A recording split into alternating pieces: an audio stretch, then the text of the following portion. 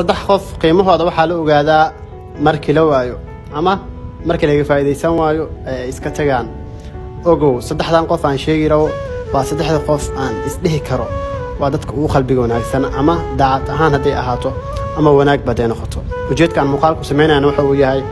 qof kasto oo qalbi jabsan qof kasto oo murugo dareemayo qof kasto oo xiriir sameeyay xiriirkii ku guul dareystay ee qalbiga laga jabiyay hadii uu muuqaalkan ku soo gaaro adiga ayaan kugu talagalay qofka koowaad qofka iska aamuusi jiray markii aad dib u geysato ama markii aad xanuunjiso runtii dad waxa jiro oo aad u qalbi wanaagsan markii aad wax ku sameeyso ma sheega karaan way iska aamusaan oo dibkooda iyo xanuunkooda way qarsadaan dadkaasi inta badan waxay la kulmaan qalbi jab qofkaas la qalbi jabiyayna waa dadka ugu daacadsan haddii maanta aad qalbi jabiso qofka noocaas ah oo markaa tago waxaad ogaataa xanuunka inuu adigu ugu dambeynayo isaga bilowga kaliya laakiin adiga xanuunku ugu dambeynaya qofka labaad qofka kama seeri jiray waxyaabaha yar yar ee aad ku yaraa ama waxyaabaha waaweynba raali gelintiisan ay ka macaaneed malabka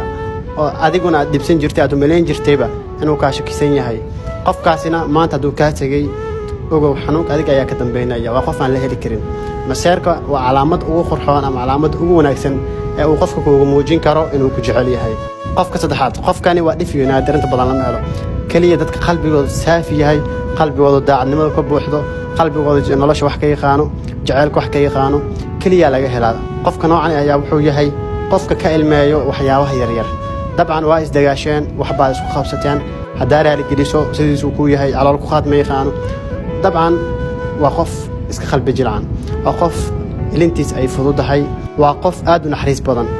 markasta adiga dhankaaga ayuu u baahan yahay markaad hadal khaldan ku dhahdana dabcan ma ahan qof kugu xanaaq oo kugu qeeliya waa qof si khayr leh ku ilmeeya oo aad u ilmeeya laakiin aad ku jecel saddexdan qof aan soo sheegay dabcan qof kasta waxaan rajaynayaa inuu soo arkay